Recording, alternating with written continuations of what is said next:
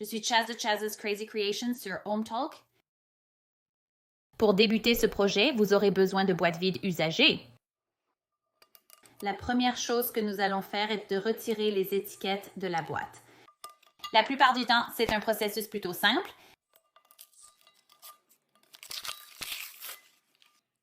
Maintenant que nous avons de l'eau et de la glace à l'intérieur, nous allons les placer dans le congélateur jusqu'à ce qu'ils soient complètement congelés. D'accord, voici un rapide coup d'œil à eux congelés et maintenant, nous sommes prêts pour l'étape suivante. Maintenant, j'ai placé une serviette protectrice juste en bas pour couvrir ma surface et je vais utiliser des gants parce qu'ils sont terriblement froids à tenir. Donc, je vais placer la première canette sur le côté, sur le tapis et ensuite, nous allons choisir un design.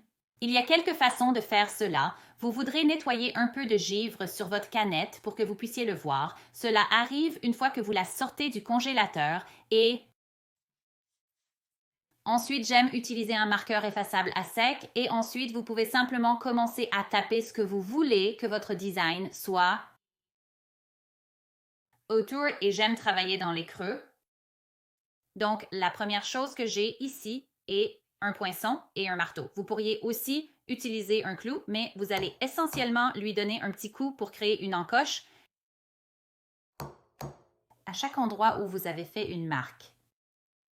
Maintenant, cela peut devenir un peu délicat car cela aime glisser. Donc, si vous voulez utiliser un tapis en caoutchouc ou quelque chose comme ça pour aider à maintenir les choses en place, vous pouvez certainement le faire. Maintenant que j'ai les petites indentations, nous sommes prêts pour la prochaine étape dans tous ces domaines. Si vous le souhaitez, vous pouvez simplement utiliser un clou et percer directement en sautant l'étape suivante. Donc pour cette prochaine étape, je vais utiliser une perceuse et j'ai utilisé un petit foret qui s'adaptera à chacune de ces petites indentations. Je place maintenant la perceuse dans la boîte. Et je continuerai à faire cela pour tous les trous à percer. Comme mentionné, si vous préférez ne pas utiliser de perceuse, un clou fera aussi l'affaire. Donc, tous les trous sont maintenant percés, mais n'oubliez pas de mettre quelque chose sur le côté de chaque boîte pour faire une poignée. Vous pouvez simplement les utiliser comme luminaires si vous le souhaitez, mais si vous voulez les suspendre, vous devrez percer un trou sur le côté. Et maintenant que les boîtes Sparkly sont vides, que la glace est sortie, emmenez-les dehors et peignez-les à la bombe. Je vais utiliser de la peinture en aérosol doré, Rust Oleum, et l'autre que je vais utiliser est la peinture en aérosol cuivré. Maintenant qu'ils sont tous peints, nous allons les laisser sécher. La peinture étant sèche, je vais me concentrer sur le centre du cœur. Je vais utiliser la peinture à la craie Waverly de couleur plâtre. Donc, en me concentrant sur le centre du cœur, je vais prendre mon pinceau et commencer à peindre à l'intérieur du cœur et cela pourrait nécessiter plusieurs couches, mais je vais simplement faire le tour avec la peinture.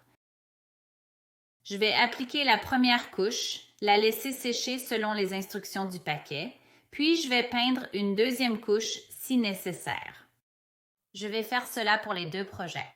Maintenant qu'ils sont secs, il est temps de mettre une poignée et je vais utiliser de la corde de jute ou de ficelle.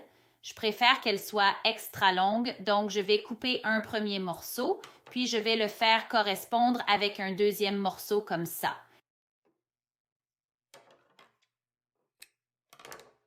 Puis je vais faire un nœud à une extrémité.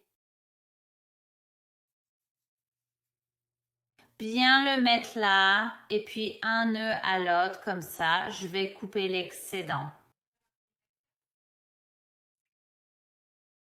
Maintenant, je vais soigneusement prendre une extrémité et la passer à travers l'un de ces trous latéraux jusqu'à ce que le nœud soit à l'extrémité.